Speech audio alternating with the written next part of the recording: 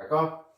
On se sert de tout ça pour montrer ce qu'est un phaseur. D'accord?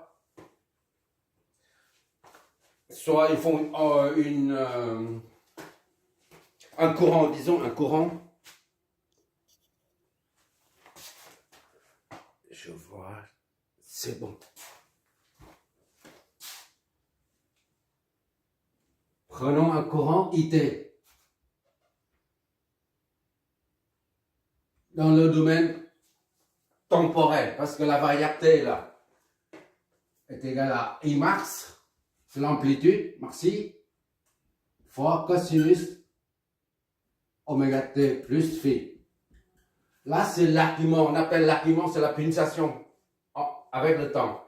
Et phi, c'est l'angle de départ du signal. Ou alors, le déphasage, s'il y en a deux, il y a deux signaux. D'accord? Là, comme on a dit, pendant la première vidéo de révision, on a dit quand il y a on fait une projection. Ici, on a cosinus. Ici, c'est sinus. D'accord? C'est l'axe de cosinus et l'axe de sinus. Ça, c'est imaginaire, ça, c'est réel. D'accord? Des réels, des imaginaires. Et ici, tout ça correspond à un nombre réel. Parce que c'est cosinus. D'accord? Il n'y a pas de J. S'il y a un J, ça signifie le nombre, la partie imaginaire. Là, il n'y a pas de J. Donc, tout ça, c'est réel. C'est juste un rappel. Réel.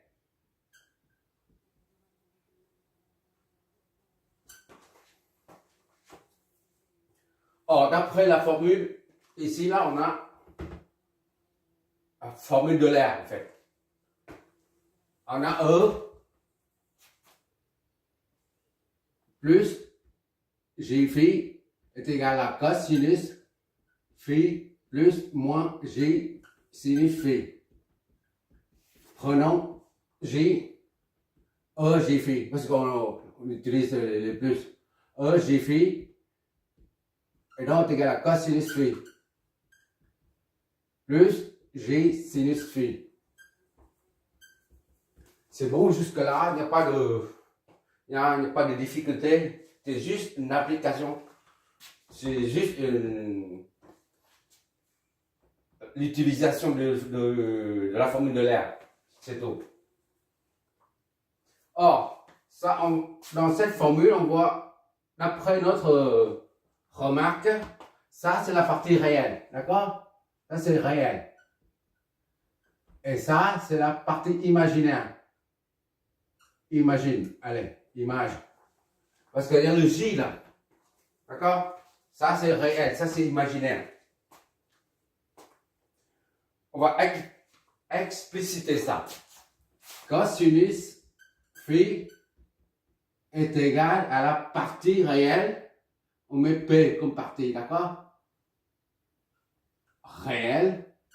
On met complètement partie réelle de quoi en fait? De ça. D'accord? On met tel quel. De J phi. D'accord? Et sinus phi.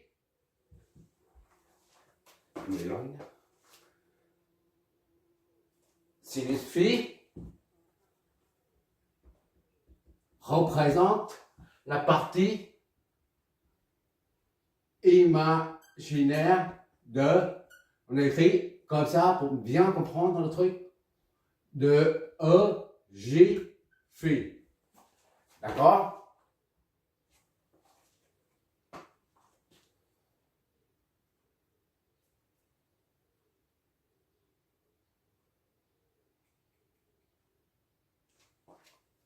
Ainsi,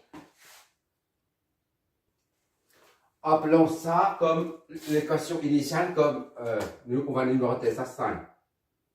Parce que là, c'est 2, 3, 4, 5. Bon. Revenons à l'équation 5. Au lieu d'avoir cos phi, on a cosinus oméga t plus phi. D'accord?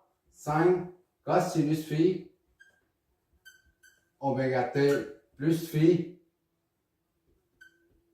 Ici, cosinus phi, c'est la partie réelle de E, J, phi. Maintenant, cosinus, au lieu d'avoir phi, on a WT, oméga t plus phi.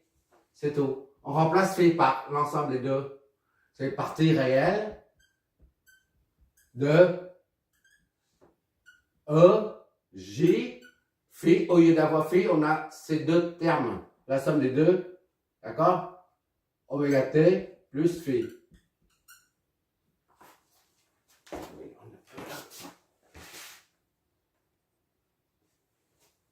Et par conséquent, l'équation 5 devient IT est égal à I max, d'accord, fois tout ça, c'est-à-dire fois partie réelle.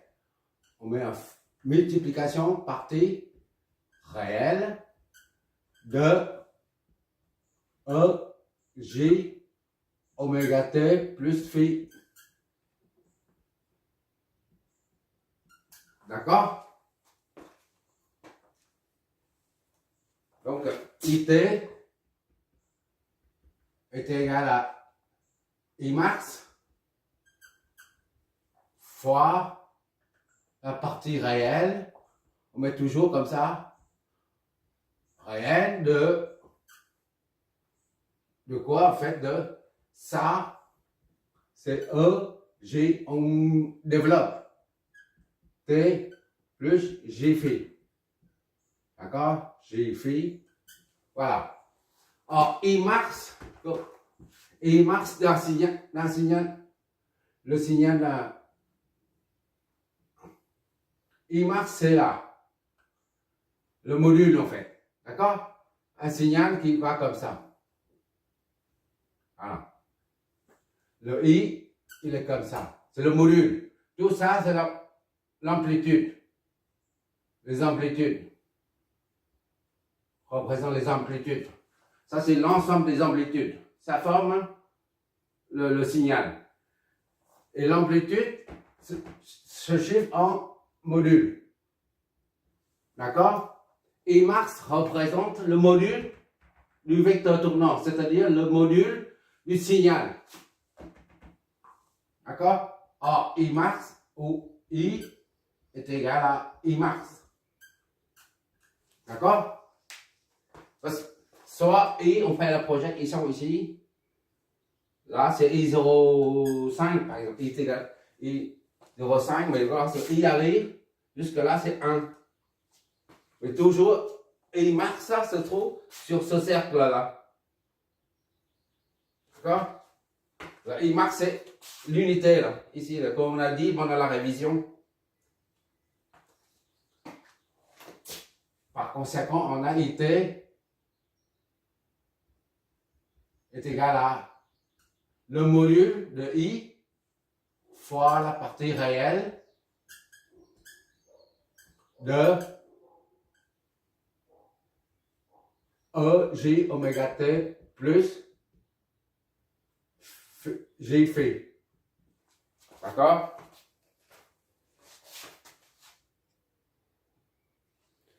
Et comme on a dit que la projection, il a le module de Z, en l'occurrence c'est I. D'accord? Z ou I est égal à racine carrée de X au carré plus Y au carré. D'accord? Pour trouver I là. C'est ça au carré plus ça au carré.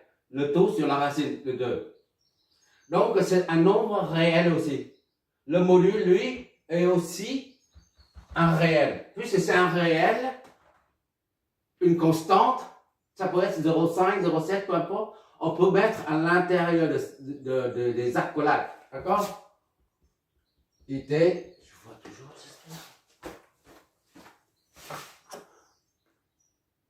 ok, je vois toujours.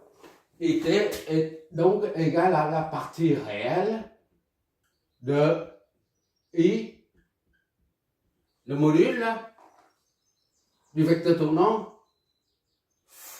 partie réelle de ça, fois E, J, oméga t plus J phi. D'accord? D'accord? Or, EAB fois B est égal à EA plus EB. Si je ne me trompe pas, c'est une formule à appliquer seulement, là, d'accord? Qui concerne les fonctions exponentielles. Donc ici, on développe en ça.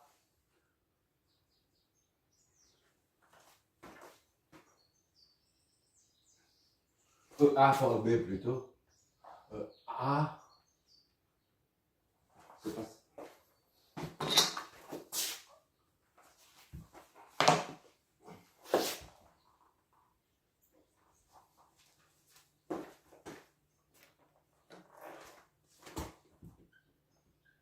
Voilà, c'est la formule qu'on voit très souvent en maths, c'est la formule. Il suffit d'appliquer cette formule dans notre cas ici. Ce qui donne IT est égal à la partie réelle de IT et module de I, d'accord, fois ça, c'est ça. Donc, est égal à ça. E, J, oméga T fois E, J, phi. D'accord? On applique cette formule à notre expression ici. On réarrange tout ça. IT est égal à la partie réelle de I. D'accord? On met ça devant. E, J, phi. Le tout fois E, J, oméga T. C'est la même chose. Sauf qu'on met ça devant et ça derrière. On va au groupe. D'accord? Or, ça là, on se retrouve ici, là, le module. Ça, c'est un nombre complexe Z. Nous, on a le nombre complexe du courant I. D'accord? E, J, phi, E, J, phi. Ça est égal à ça. Donc, on remplace ça. IT donc est égal à la partie réelle de I phi. D'accord? Fois E, J, oméga T. Voilà. J'ai bien dit la partie réelle. D'accord?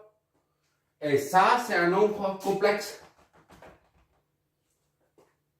D'accord? Ici, c'est un nombre complexe. Ça correspond au nombre complexe Z. Ici, ça correspond au nombre complexe I. D'accord? Autrement dit, ici, on a un nombre complexe, mais la partie, elle est comme ça, là, I. Voilà. Fois E, J, oméga T. D'accord? Partie réelle. Je détaille un peu. Voilà. IT. Je vois toujours, j'espère.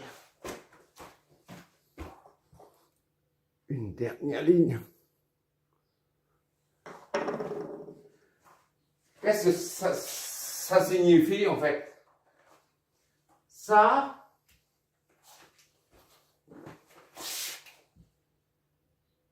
ou ça, la partie réelle d'un nombre complexe. Au début, on a la fonction qui est réelle aussi, un nombre réel. Ça, IT, c'est réel. D'accord? Là, IT, c'est aussi la partie réelle. Mais la partie réelle d'un nombre complexe dépendant de la pulsation oméga. Oméga.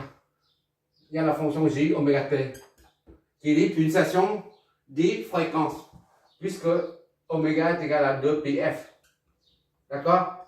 Oméga, qui dit oméga dit fréquence.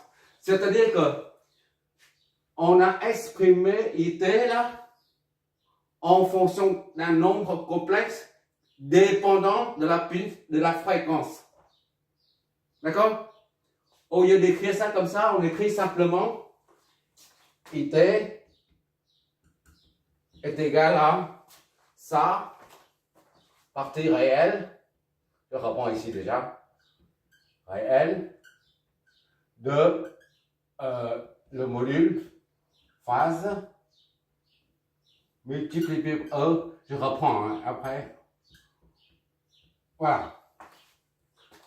Ça correspond, la partie réelle correspond bien au réel, correspond bien au signal IT dépendant du temps. Ici, c'est le courant qui est exprimé en fonction du temps T. Tandis que là, on voit que ce même courant en fonction du temps là est exprimé en fonction de la fréquence. Autrement dit, IT, on l'exprime comme ça, I et phi. Sous-entendu, il y a E, J, oméga T. Ça, c'est bien la partie réelle. Et ça, tout ça, c'est réel aussi, mais en fonction du temps. D'accord? Ici, la variable T est disparue. Parce qu'on exprime I en fonction de la fréquence. Puisque la fréquence est constante, bah, on n'écrit pas ça comme ça, mais on écrit, puisque oméga est toujours constant, la pulsation est toujours constante, 50 Hz, le réseau 50 Hz, ou les satellites qui nous envoient les signaux en hyperfréquence, c'est 12 GHz. La pulsation est toujours la même. Donc, puisque oméga est constante, fréquence est constante, eh ben, on n'écrit plus ça. On écrit simplement I en termes de phaseur. Et ici, c'est en termes de phaseur.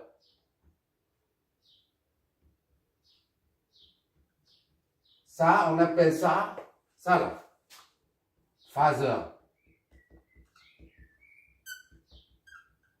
Phaseur.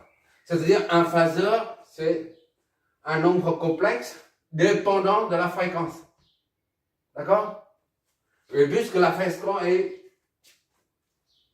toujours la même, elle reste constante, on simplifie l'écriture en mettant seulement ça. C'est-à-dire le nombre complexe sous forme polaire. Ici, là. Sous forme polaire. Sous-entendu, la fréquence est implicite. D'accord? Chaque fois qu'on parle de phaseur, on entend par là qu'il y a la fréquence. Voilà, ça s'appelle phaseur. D'accord?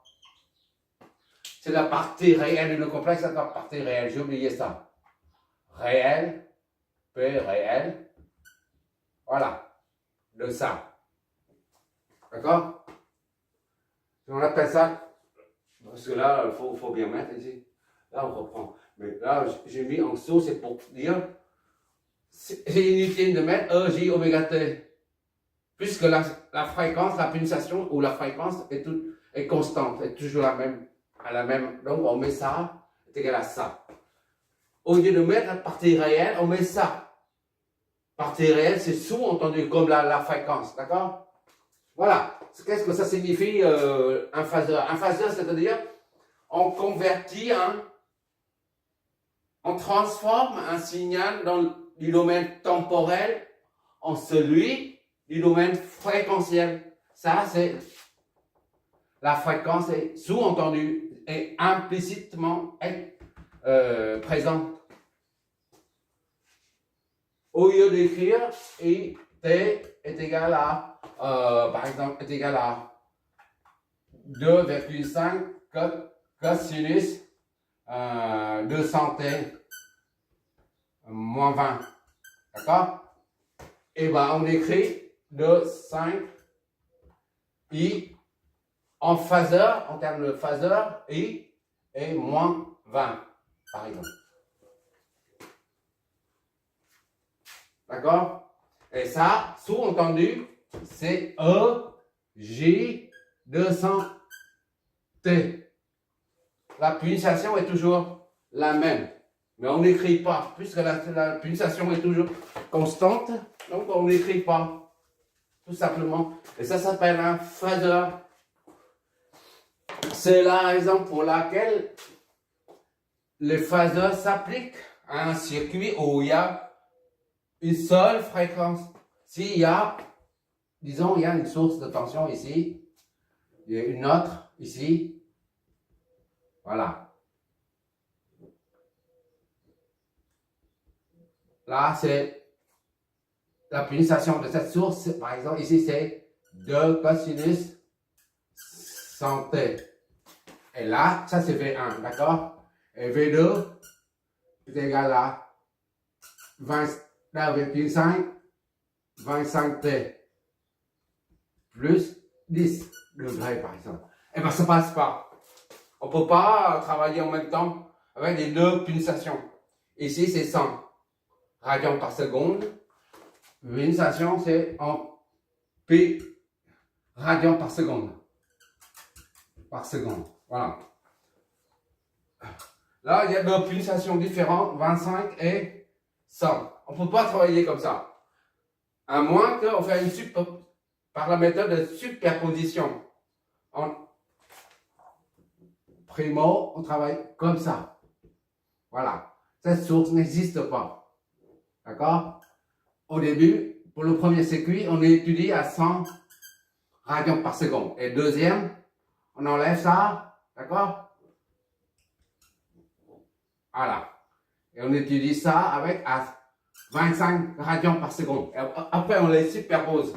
C'est par la méthode de superposition. Et on trouve le résultat. Mais sinon, si on veut combiner les deux sources en même temps, c'est ce que je fais tout le temps, on combine les deux, et ben, dans ce cas, ça passe pas. La fréquence, on a dit, doit être constante. Un phaseur ne s'applique qu'à un circuit où toutes les sources ont la même fréquence. D'accord? Ça, c'est hyper important parce qu'on oublie très souvent. On applique le phaseur, mais on ne sait pas. On oublie le fait que la fréquence est toujours la même et constante. Voilà, maintenant on va appliquer ça au circuit à courant alternatif, quelle que soit sa complexité. Maintenant, oui, il reste ça. D'où proviennent ces deux termes-là. Oui, j'ai oublié ça. Là, on vient juste de démontrer ce que c'est un phaseur. Maintenant, il faut voir d'où proviennent l'origine de ces deux termes. D'accord?